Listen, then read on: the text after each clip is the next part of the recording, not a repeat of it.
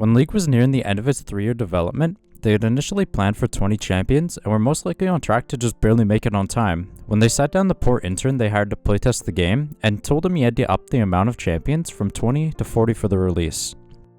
The reason for this decision, despite knowing how poorly the development was going, was because they were scared they wouldn't make enough money with just 20 champions, since the entire business model revolved around the microtransactions for skins and purchases of those champions. And this philosophy of needing to spam champions for money was something they held up until around the start of Season 3, with over 100 champions in the game already, where we saw the amount of champions released in a year go from around 26 to just around 6. The reason given at the time was that they wanted to temporarily move resources from the champion release team to the champion update team in order to give back to the community and make their game look and feel more modern, which we saw with them doing many visual and gameplay updates over the following few years. And in hindsight, I think most people can agree that on the visual and animation side of things, Riot did a pretty incredible job at succeeding in this goal, making the game much better clarity-wise while creating a new standard for champions that had a focus on game flow and feel. Gone were the days of clunky animations, pizza feet, and VFX that were hard to see, that made the game look like it was from an indie startup company. But despite all the good they were doing over those years, there was one very important thing they didn't consider, which was that champion releases were the primary source of the game's longevity. Champion releases kept the game feeling fresh and new, not only by adding another variable that makes you play differently in a game with so many statics, but also by adding a new champion that you can try out and learn, maybe even one that you love more than any other and want to spend thousands of games playing. The drastic slowing of champion releases created a sort of content deficit that more and more people were beginning to hit.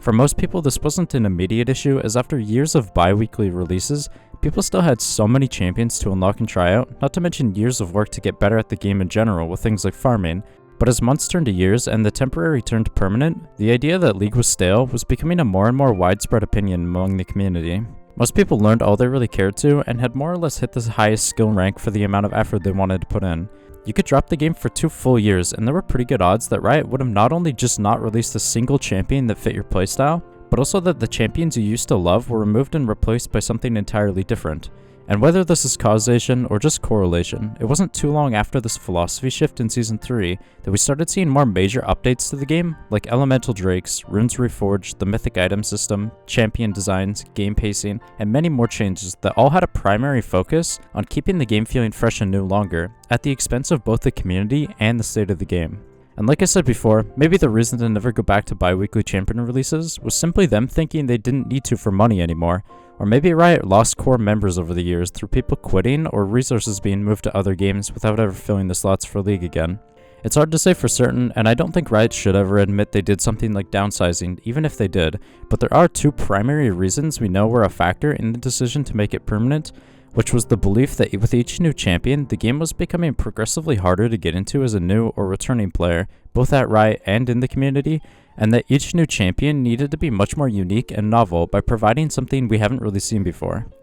The problem with the first is that having so many champions isn't the issue, but rather the modern approach to champion design with their lack of structure and stability.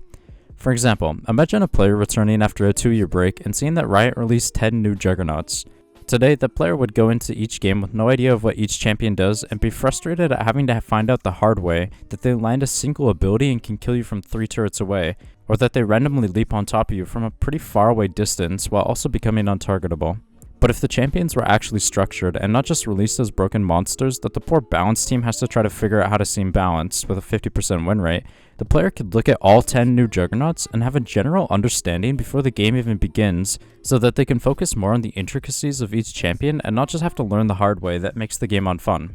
Another big problem for new players is League's new player experience and how poorly it's been handled over the years. Things like when they first added the new runes and for some reason you could enter the game without a keystone so that you kinda just got stat checked from level 1, or how summoner spells were locked to level so that players would get rolled by people who had flash and smite, or the horrible smurfing situation they've built up over years of permabanning players to try and create a safe place on the internet, which ended up having the opposite effect they wanted.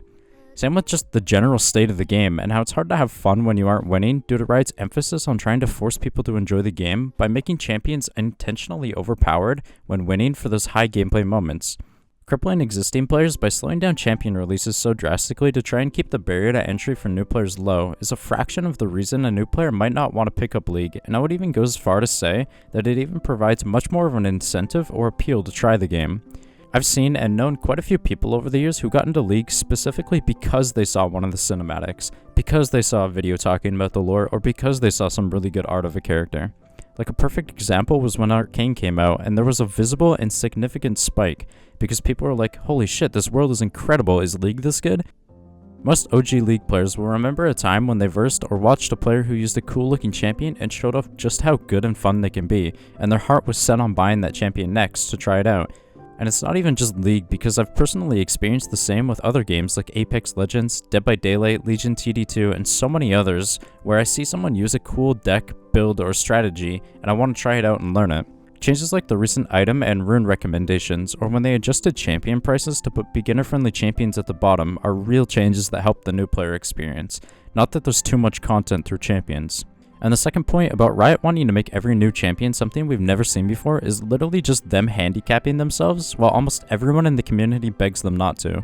People don't play Ivern and think, I love Ivern because of the bush gimmick. People don't look at Action and think, I love playing Action because of his revive gimmick. People don't look at Fiddlesticks and think, I love Fiddlesticks because of his trinket gimmick. People may look at a gimmick and think that looks neat, I want to try it out, but just like the way a champion looks, whether they actually stick with them or not is entirely based on how fun the champion is, not how unique they are. And not only do gimmicks not actually really impact gameplay, but Riot even goes a step further and tries so hard that it often ends up ruining the champion and any fun you could have had.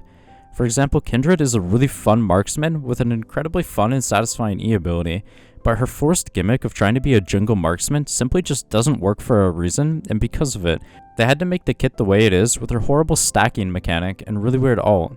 Fiora is another great example of a champion that was one of the most beloved in the game during the early seasons, having the most popular champion spotlight and an ult that is permanently seared into most OG Fiora players' hearts for how fun it was. And her vital gimmick just completely ruined her for most people because it's simply just not fun to use. And don't get me wrong here, I think champions being novel and new are a good thing, and Riot definitely shouldn't stop trying to innovate, but the problem is the idea that they can't just release a normal champion, and that each champion needs to have something that makes them unique. And this leads into the last argument I've seen against bi-weekly champion releases, which is the community belief that it takes Riot a lot more to make champions nowadays compared to before. And while yes, they can't just release a champion with their lore being, she's a pirate with 2 guns, and call it a day because the League universe is so much more than just League at this point. And yes, the standard of quality is much higher than it used to be, but in reality, from what I've heard and read, the champion design process isn't really that much more time consuming than before and primarily just comes down to the overemphasis on trying to make each champion have something we haven't seen before. For example, Sylas, and how it took Riot over 2 years of working on him to figure out how to make the ult work. And even then, I'm willing to put money on the fact that they just said, yeah, nah, screw this, it's taking too long, just send it. Because Sylas simply just can't be balanced with the ability to steal any ultimate in the game. Yes, they need to consult with lore people, make a bunch of quotes and get voice actors, and so much more that most people don't think of. But not only are the production teams quite small, only needing about a single person per department, meaning 4 designers can all be working on different champion designs simultaneously, rather than one big team needing to release one every 2 weeks. But most of the work is done pretty easily and quickly. They aren't creating a new expansion or needing to rebuild the framework to add new champions. They aren't something that are overly time consuming, they're simply just adding another piece to the puzzle. Most of the development time is trying to get their new crazy gimmick idea working through rigorous playtesting that probably takes up around 80% or more of the total development time. Like I said before, it's literally just Riot doing this to themselves for reasons that are primarily centered around trying to keep the game fresh and new longer, which more frequent champion releases would do anyways. So to quickly summarize, Riot began releasing the champions bi-weekly for money, but then realized they didn't need to anymore and wanted to temporarily move resources to updating the game and fixing it for the player base. But then somewhere along the line, Riot decided to just drop the idea of ever going back and stuck to the infrequent champion release schedule. And while maybe I'm missing something, it seems like all the excuses I've seen, being modern champion designs, gimmicks, and workload, are all hollow excuses that don't provide enough positives to outweigh the massive negatives today's release schedule creates, with game feeling stale and Riot needing to change the fundamentals like items and dragons to fill that content deficit that it leaves. This is why I believe champion releases should not only just become more frequent again, but even go back to being bi-weekly.